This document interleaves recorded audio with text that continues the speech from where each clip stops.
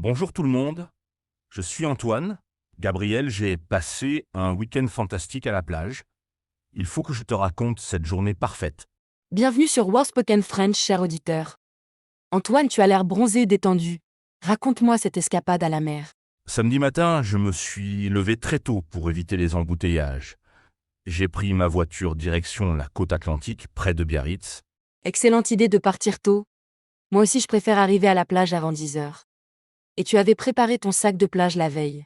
Bien sûr, serviettes, crème solaire, lunettes de soleil, maillot de bain et un bon livre. Et toi, tu n'oublies jamais rien quand tu vas à la plage. Presque jamais. Mais une fois, j'ai oublié ma crème solaire. J'ai eu un coup de soleil terrible. Maintenant, je fais toujours une liste avant de partir. Tu as bien raison. Le soleil français peut être traître, surtout en été. J'utilise toujours une crème indice 50 pour protéger ma peau. Très sage.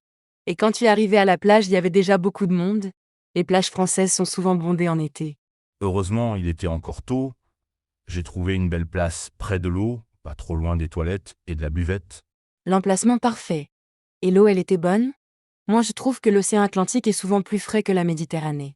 Un peu fraîche au début, mais très rafraîchissante. Après quelques minutes, on s'habitue.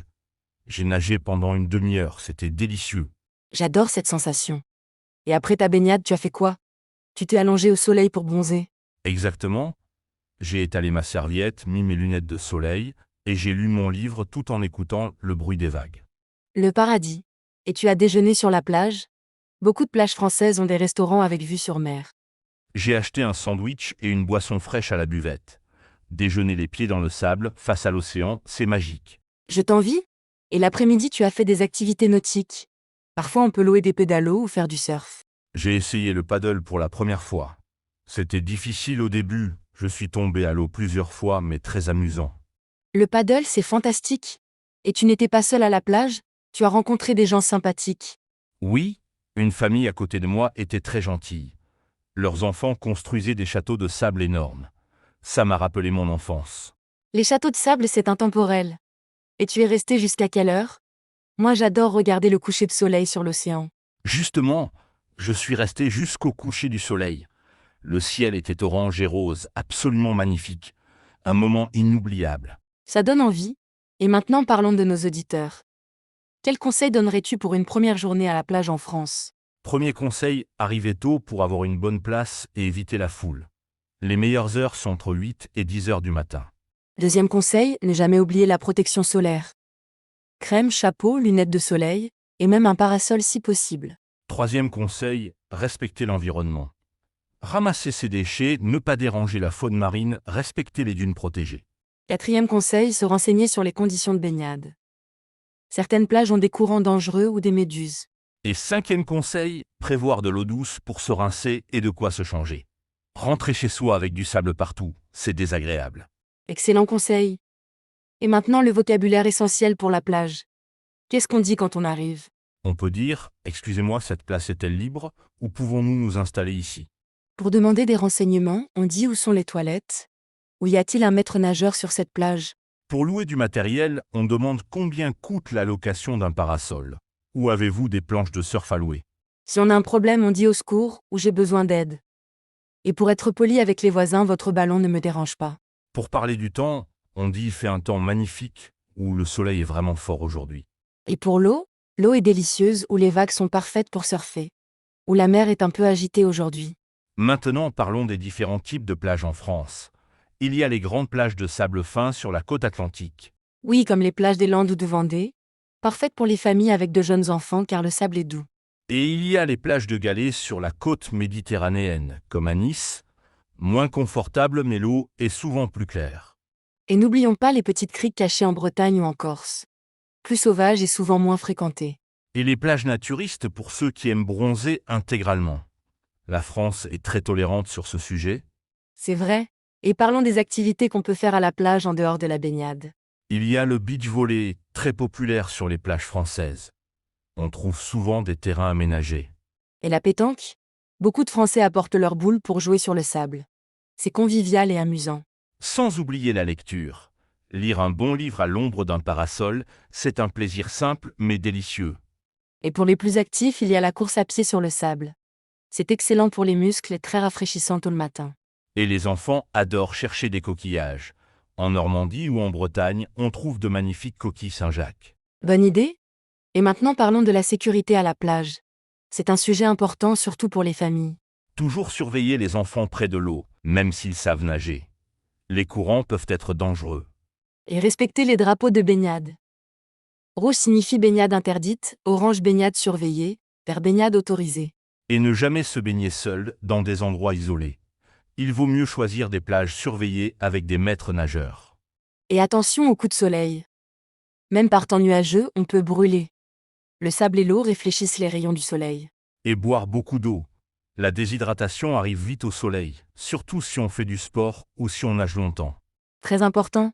Et maintenant une question amusante. Antoine, tu préfères la mer ou la montagne pour les vacances?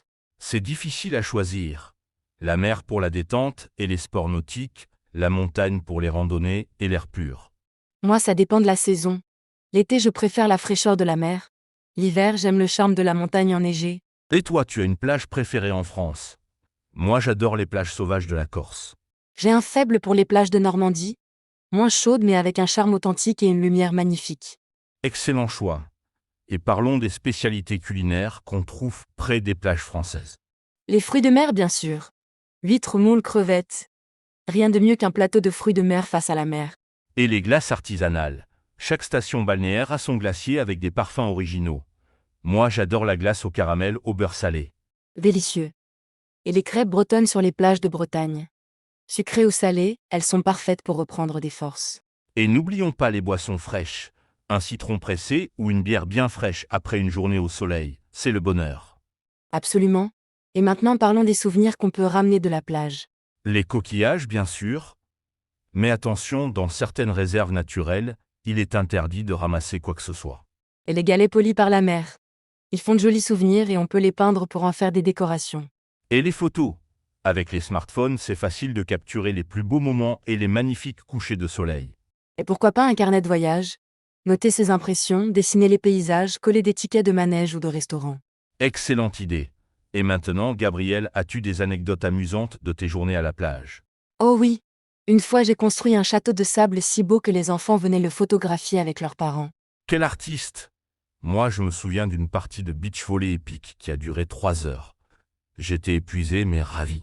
Et cette fois où j'ai essayé le surf en Bretagne. J'ai passé plus de temps sous l'eau que sur la planche, mais c'était hilarant. Le surf breton, ça ne pardonne pas. Et moi, cette journée où j'avais oublié mes tongs. Marcher sur le sable brûlant, quelle torture. On apprend de ses erreurs. Maintenant tu vérifies toujours que tu as tes chaussures de plage. Exactement. Et parlons des plages en automne et au printemps. Elles ont un charme différent mais tout aussi beau. C'est vrai? Moins de monde et couleurs différentes et souvent de magnifiques tempêtes à observer en sécurité. Et les balades sur la plage hors saison sont fantastiques. On peut marcher des kilomètres sans croiser personne. Et ramasser du bois flotté pour faire des créations artistiques. Beaucoup de plages en regorgent après les tempêtes d'hiver. Bonne idée. Et pour nos auditeurs qui ne connaissent pas les plages françaises, quelles sont les plus célèbres? La Côte d'Azur, bien sûr. Cannes, Nice, Saint-Tropez. Glamour et jet-set garantis. Les plages du débarquement en Normandie, chargées d'histoire. Omaha Beach, Utah Beach, émouvant et instructif. Et Biarritz au Pays Basque, très chic avec ses villas Belle Époque et ses spots de surf mondialement connus. Et les plages de Corse, sauvages et préservées, avec une eau turquoise digne des Caraïbes. Tant de choix merveilleux, la France a vraiment de la chance d'avoir tant de côtes différentes. Nous arrivons à la fin de notre épisode sur la plage. Gabriel, un dernier conseil pour nos auditeurs? Profitez de chaque moment. La plage, c'est un endroit magique où on oublie ses soucis et où on se reconnecte avec la nature. Parfaitement dit. Et n'oubliez pas de respecter cet environnement fragile pour que les générations futures puissent aussi en profiter. Excellent message. Merci Antoine pour cette évasion ensoleillée. J'ai déjà envie de faire mes valises. Merci à toi Gabriel, et merci à tous nos auditeurs de Was Spoken French. Nous espérons vous avoir donné envie de découvrir les plages françaises. Racontez-nous vos plus beaux souvenirs de plage. Laissez-nous vos commentaires et à très bientôt pour un nouvel épisode au soleil.